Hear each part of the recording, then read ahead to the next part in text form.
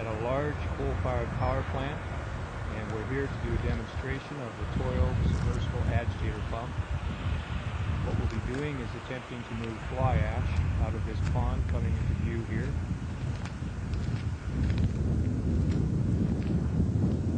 We can see a hole that's right in front of us where a front end loader has tried to dig the material out. This is the hole it created after 2 hours. They're going to come over here with the cherry pick, let down the DP20, and we're going to start moving. Let me show you some consistency of this pond.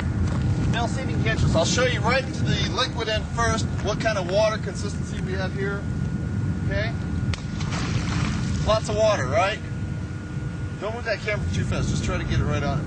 I'll show you what we have 3 more feet later.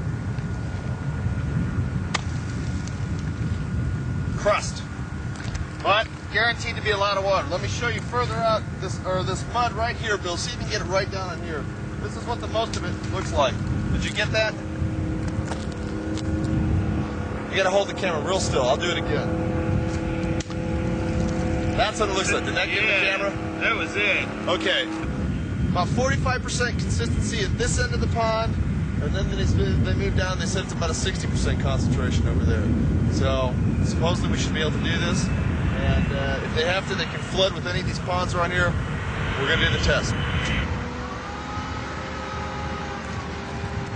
Basically, they're going to take the fine ash, dump it into this vat, okay, have it run up into this tank. Ultimately, what they'll do is they'll take this dump truck out to a mesa, dump it out, and see. And they're going to take various consistencies and let it dry out. One of the features of the Toyo is the extreme portability of this unit. This is a small 20 horsepower pump that will outperform a front end loader. Simply cable suspended, and we're up and pumping. The dark color of the discharge indicates just how many solids are present in the slurry.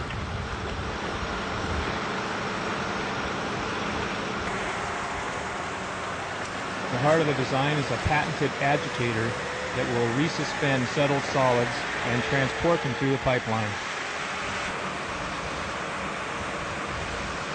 Just after a few minutes, we've already created a larger crater than the front end loader.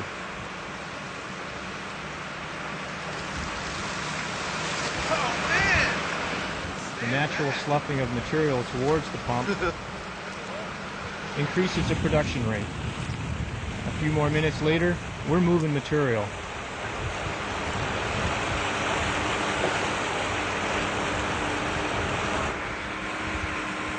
The marker rocks up at the edge of the crater wall indicate the advancing crater size.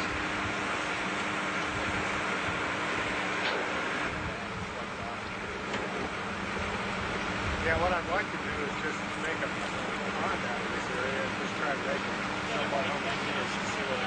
The hole they created.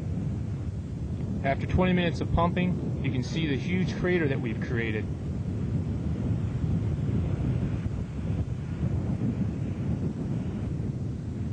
Move further down the pond to a drier area for the second test hole. This is a 1,200 pound pump, and we have to use the weight of the pump to break through the crust. And we're pumping. The discharge in this case is a little darker, not splashing around quite as much. This is a heavier slurry. There you go. The steepness of the crater walls indicate just how dry these solids are.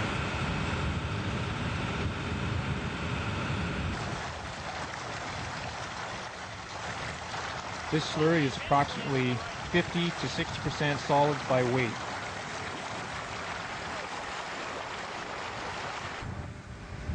Crater 2 is successful, and now we're moving down to the driest area of the pond.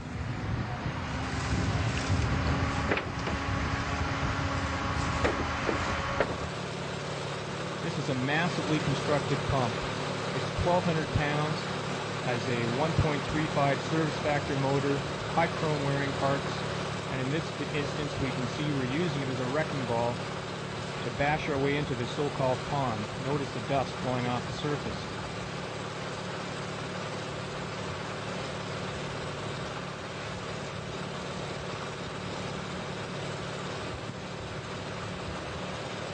Finally, we were able to bash our way into the pond and begin pumping.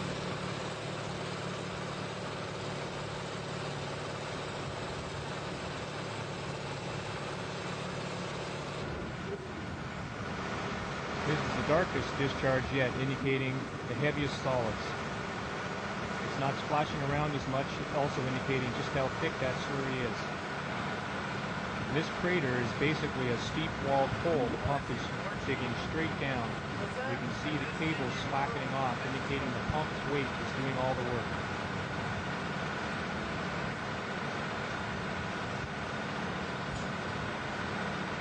Don't lose the pump!